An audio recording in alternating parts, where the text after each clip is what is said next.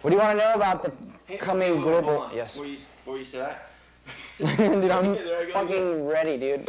So, oh shit, you want to get me started on UFOs? But just that one story. All right.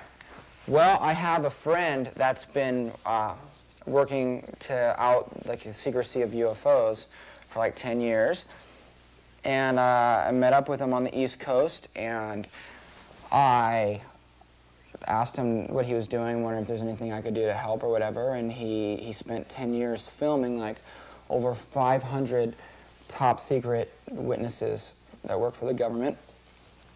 And they all work for like, you know, everywhere from CIA to Lockheed Martin to Boeing Corporation to the Defense Intelligence Agency, the NSA, and the NRO. These are all like spy agencies and stuff, and all these people are talking and they're on camera because they understand that this videotape is what's going to get them to be able to testify in front of Congress.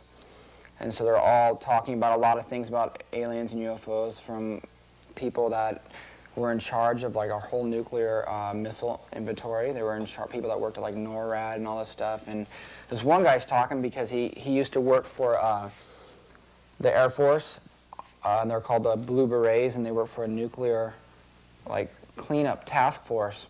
And so they get these pages and they'd fly all over the earth, and if there was like a nuclear warhead that's leaking or something's going wrong, they were the only ones that had top secret clearance high enough to like fix and contain the area where our own nuclear weapons are, because like no one's allowed to see them.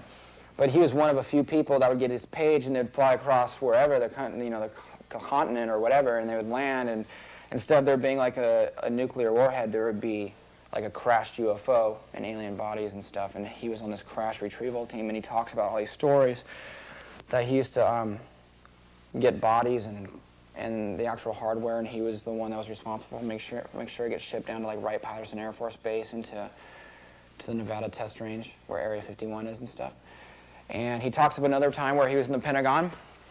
This is the story you want to hear. Where he's at the Pentagon, and his boss comes into him and takes him into a certain area where they go down these stairs to an elevator.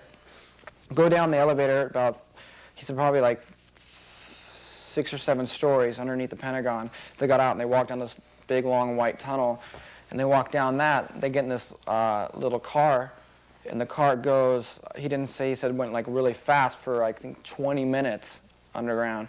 They get out and they walk through another white tunnel, and his boss looked at him and said something. He said something like, "Things aren't always like as they seem," or something. It sounds like a movie, but this guy's like testifying on camera, and pushes him through these 2 double doors. And at that time, he's going, "Why is this guy fucking around?" It's actually kind of probably, it's making me mad. That's what I think he was thinking. But he fell this time after he kind of pushed him, and he got up, and then he saw like this desk, and he saw 2 military officers. And right in the middle on this desk was this little short human being looking type of thing with bigger black eyes. And he said instantly every like little bit of emotion, fear, pain, like happiness, everything came out at the exact same time.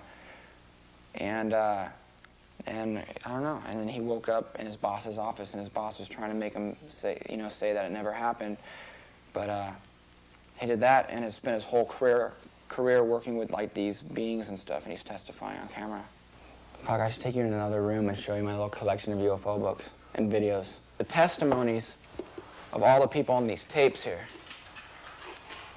And all the people on those tapes comprise like, there's 136 hours of interviews of people testifying about their jobs that dealt with aliens in the military. And my rad like books on the secret architecture of our nation's capital. The whole thing's set up, it's all creepy. It's weird.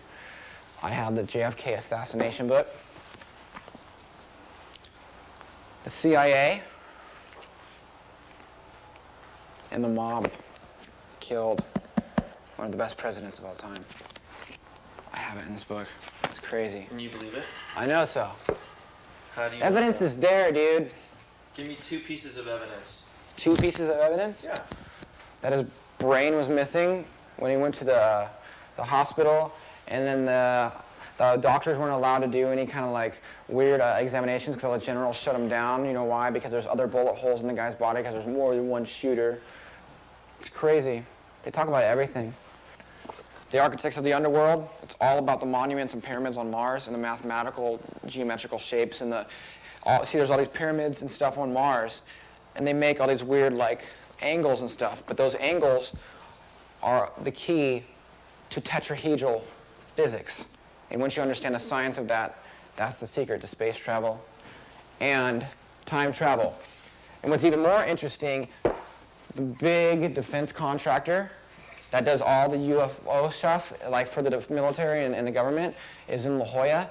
And out in front of their building, they have 2 8-foot-tall Egyptian statues. And one is holding a pyramid in his hand, and it says the past. And one's holding a pyramid in his hand, and it says the future. And they're big bronze statues in front of this company.